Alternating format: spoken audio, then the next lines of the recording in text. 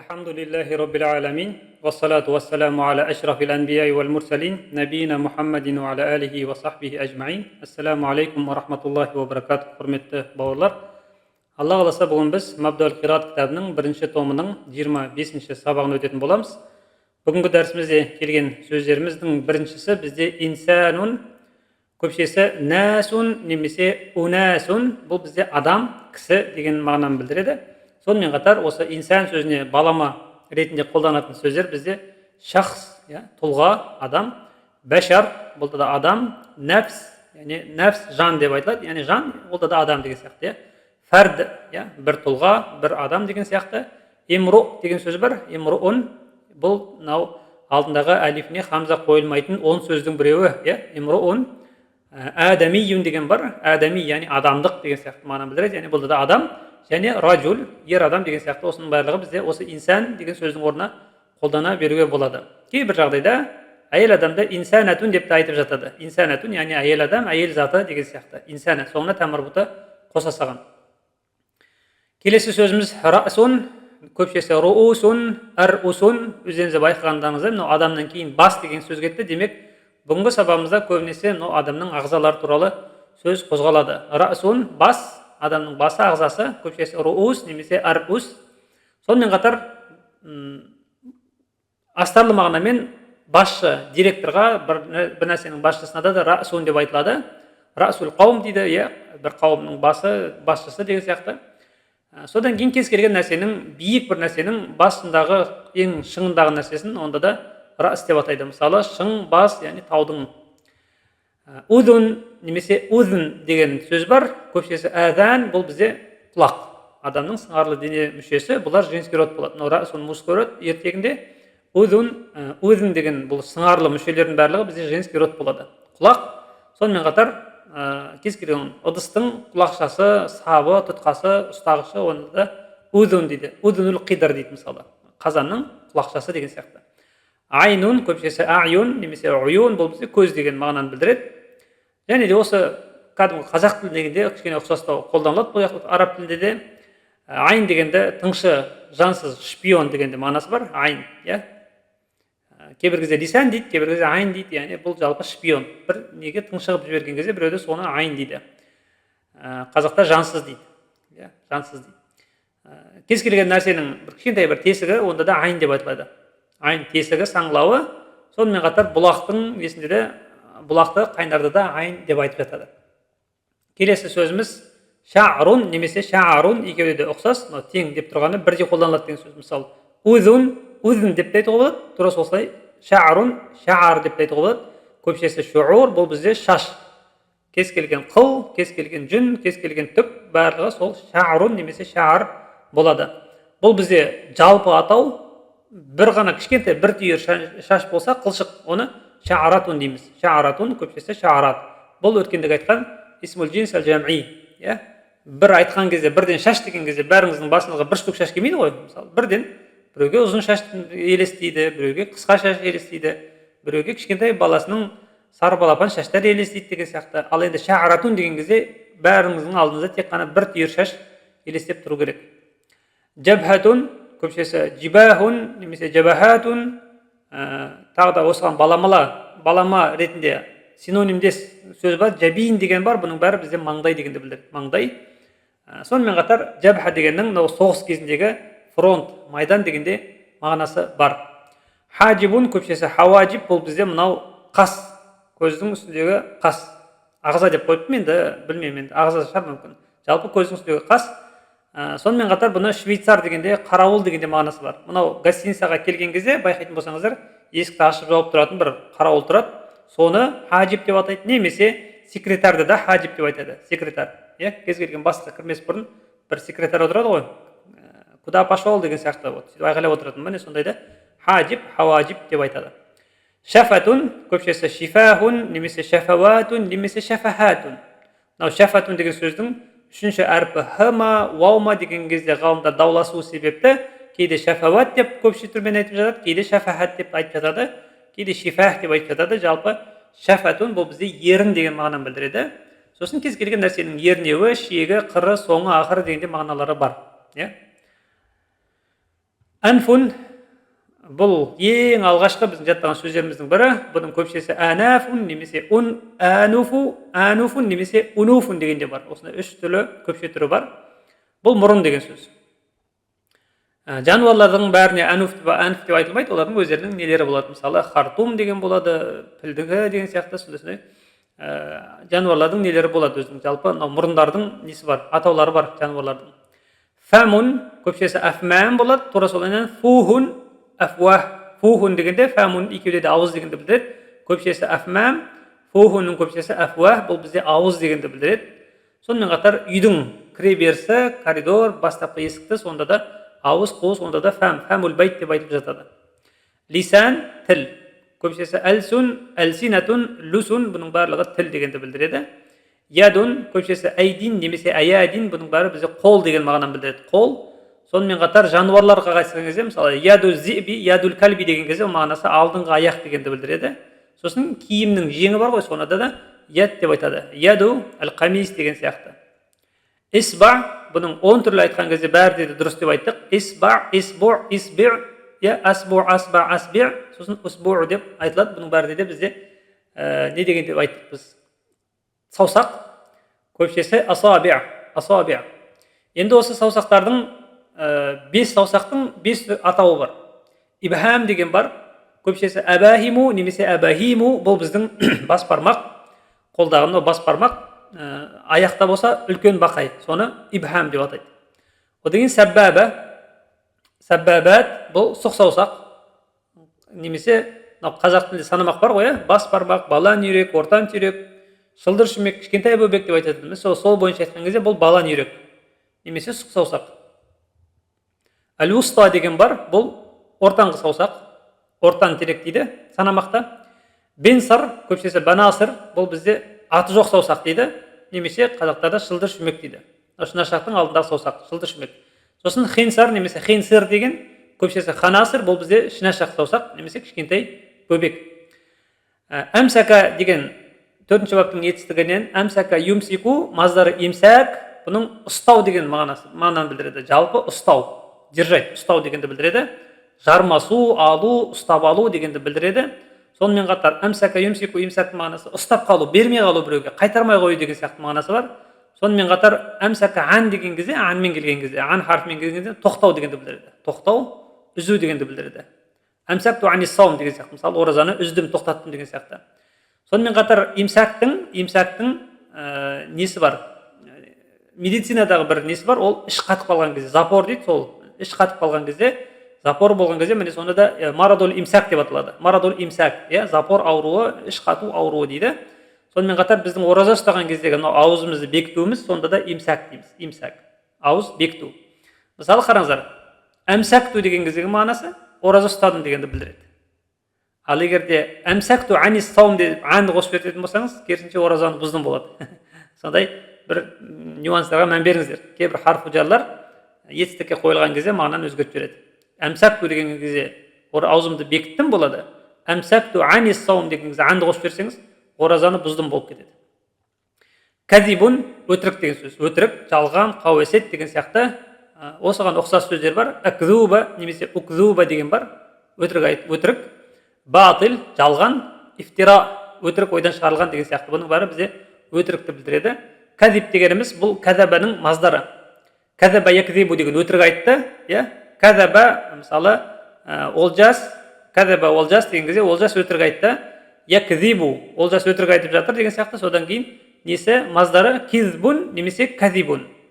Кәзибун, міне мынау маздар. Мынау екеу, міне осы маздар. Мынау кәзаба якзиб өтірік айту болса, мынау кәзиб ол өтірік болады уже. Өтіріктің өзі болады, Келесі, мынау кәзаба сосын, кстати, аламмен келген кезде, міне жала жабу деген мағынаны білдіріп кетеді, мысалы. Ана кәзапту ала гүлайым деген кезде, мысалы, мен гүлайымға жала жаба салдым деген сияқты. Ана кәзапту аламмен айтқан кезде мағынасы жала жаба салдым. Ана кәзапту ала гүлайым, мен гүлайымға жала жаба салдым деген сияқты. Ол кісі сабақ оқыған жоқ деп, мен оған жала жаба салдым деп айтамыз. Баъдун, көпшесі абғат дегеніміз, бұл кейбір, бір бөлік дегенді білдіреді. Сосын бұның негізгі мағынасы жалпы бөлшек дегенді білдіреді. Бөлшек, бөлік дегенді білдіреді. Енді осы баъд деген сөзіміз өте жиі, өте көп қолданатын сөздердің бірі. Сол себепті біз бұның бір-екі несін келтірдік, бірақ бұдан да басқа қаншама мысалдар бар. Мысалы, баъдухум ли баъдин дейді, бір-біріне дегенді білдіреді. Баъдухум баъдан деген кезде бір-бірін деген сияқты сөйтіп кете береді. Енді жалпы бұл сөздер контекстке, сөйлемнің ағымына қарай мағынасы ажыратылып, шығарылып сөйтіп отыратын сөз. Ал жалпы баъд деген бөлік дегенді білдіреді. Баъдуна біздің кейбіріміз дегенді білдіреді. Уже көрдіңіз, бөлік емес, кейбір болып кетеді. Біздің кейбіріміз, баъдуна баъдукум сендердің кейбіреулерің деген сияқты. Ал күллүн дегеніміз барлығы уже керісінше. Мынау кейбірі, мынау барлығы, күллүн. Күллүннің осыған мағыналас сөз, ұқсатылатын, қатар қолданатын синонимдес сөздер, мысалы жамиун барлығы, шамил барлығы, камил түгелдей, мәжму' барлығы, бұның бәрі осы барлық, бүтін, жиынтық, түгел деген мағыналарды береді. Сосын біздің бүгінгі сабақта мынандай бір ифринж деген сөз келген. Ифринж кейбір нелерде ифранж деп айтады, екеуі де бірдей. Ифринж, ифранж екеуі де жалпы европалық дегенді білдіреді. Европалық адам, немесе европалық зат. Сайяратун ифринжия деген сияқты солай. Түсіндіңіздер ғой? Ифринж деген жалпы европалық дегенді білдіреді. Ал ифринжиюн деп июнді қосқан кезде бір ғана екендігін білдіреді. Ифринжиюн бір штук. Өткенде біз айттық қой. Исмул джинс әл жам'i екі түрлі болады деп. Біреуі тамарбутамен ажыратылады. Мысалы, байдун жалпы жұмыртқа атаулы, байдатун бір жұмыртқа. Тәмрун жалпы құрма атаулы, бір штук болса, тәмратун. Тура солай. Ифринж деген жалпы европалық адамдар или жалпы европалық заттар. Жалпы көзіңізге бір европалық адам елестеуі мүмкін, 10 европалық адам елестеуі мүмкін, түгелдей бүкіл Европа елестеуі мүмкін. Оның бәрі ифринжи болады. Ал енді соны бір ғана европейст тұрса алдыңызда, сап-сары болып, ол уже ифринжиюн болады. Ифринжиюн. Түсіндіңіздер ғой? Мынау июн дегеніміз бұл жерде бір штук екендігін білдіреді. Сосын ли лака деген екі не келген екен, біз енді бұны бұрынғы сабақта да өтіп кеткенбіз. Бұл маған менікі немесе саған сенікі деп кете береді. Такаллама ятакалламу бесінші бап, маздары такаллум, бұл бізде сөйлеу. Калам дегеніміз сөйлеу болса, такаллама болса сөйлеу, айту, деу, әңгімелесу деген мағынада келеді. 25-ші дәріс, әд-дәрсул хамису вәл ишрун. Біз енді мына жердегі сөздерді талдап жатпаймыз, өйткені біз бұның бәрін жаңа талдап шықтық. Сосын былай дейді. Хәза инсанун, мынау адам. Немесе хәза бәшарун, мынау адам. Хәза ражулун, хәза шахсун, хәза фардун деп жаңағы сөздерді ширатып қолдана беріңіздер. Тілдеріңізде сөйтіп жиі қолданыңыздар, ол өйткені өзіңізге керек. Сөздік қорларыңызды сөйтіп біліп кетесіздер.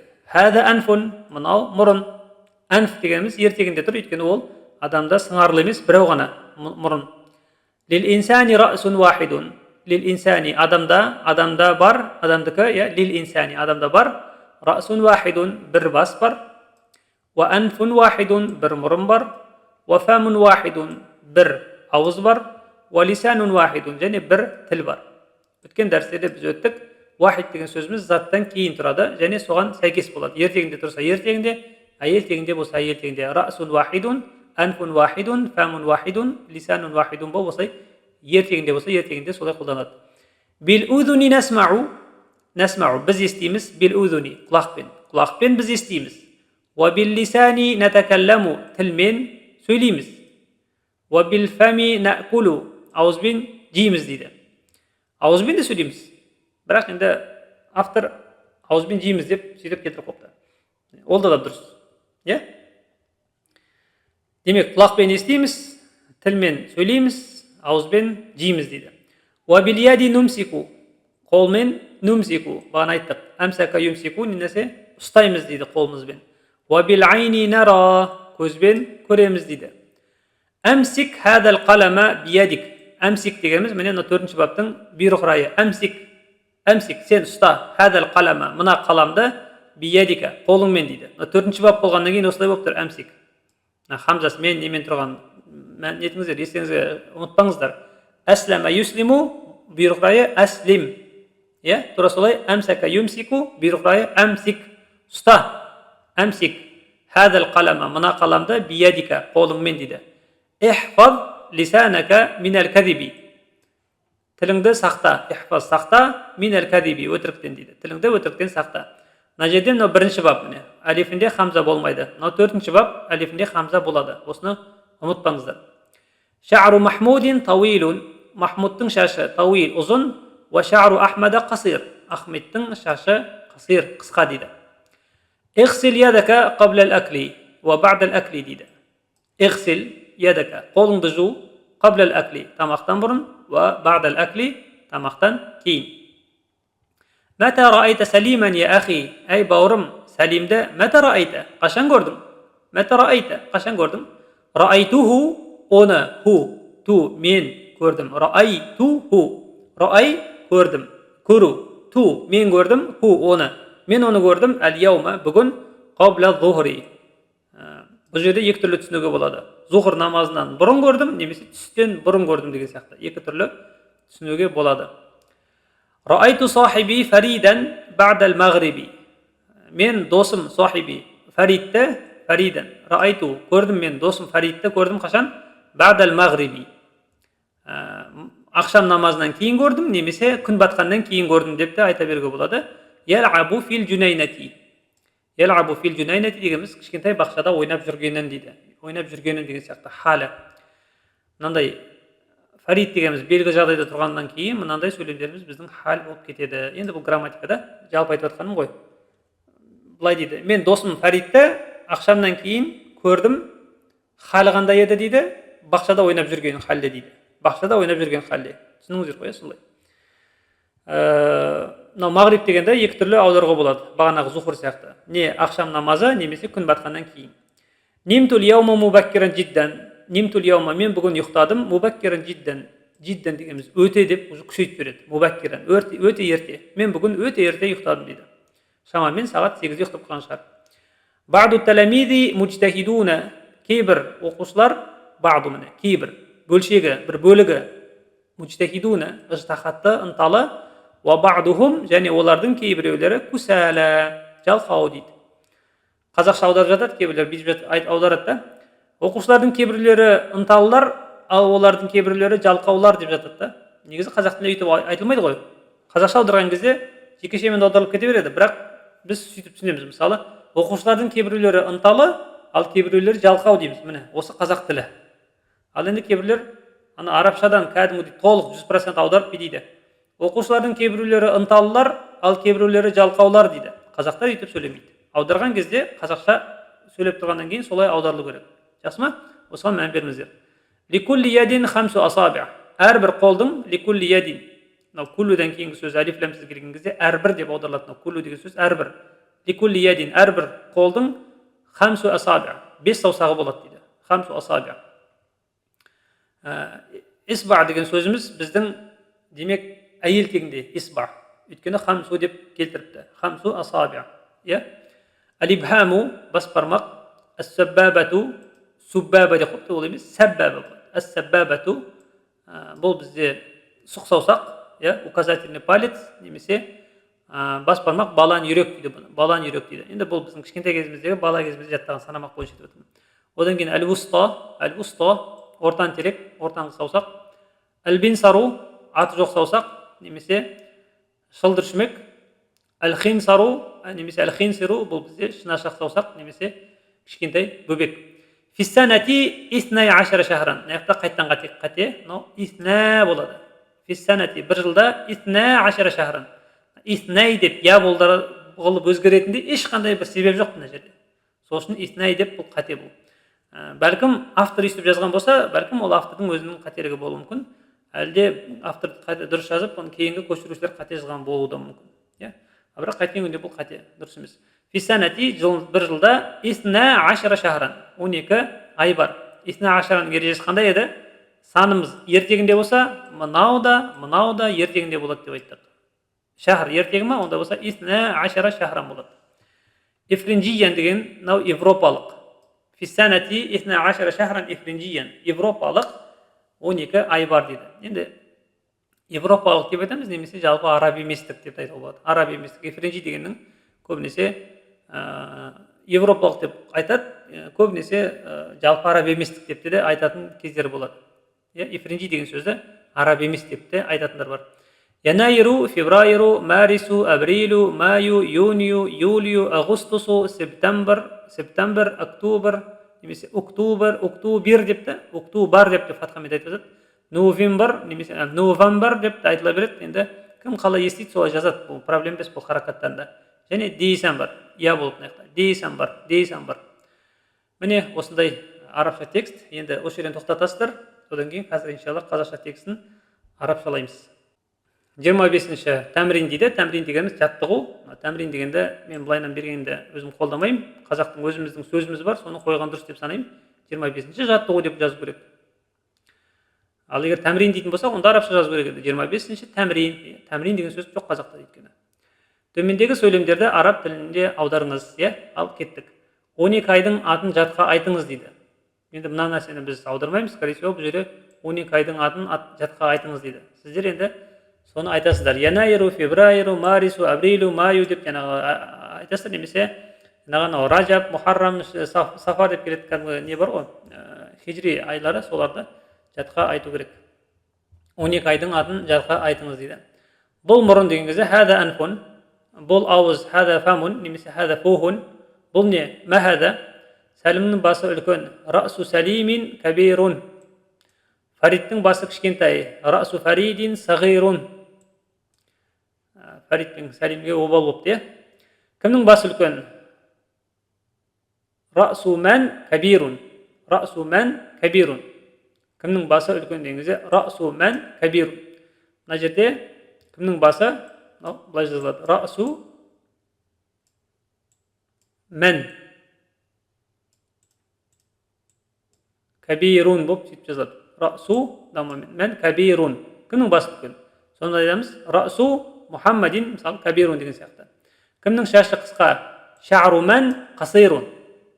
Мына жақта мынау нәрсені сабақта өтілмеген, бірақ та сөйтіп келтіріп жатыр сұрақ ретінде. Бұл бір қызық нәрсе. Кімнің басы үлкен? Расу мән кәбирун. Тура солай. Кімнің шашы қысқа? Ша'ру мән немесе ша'ру мән қасирун. Кімнің шашы ұзын? Ша'ру мән тауилун немесе ша'ру мән тауилун деген сияқты аударылады. Қолыңды тамақтанғаннан кейін жуу. Игсил ядака бa'да та'ам.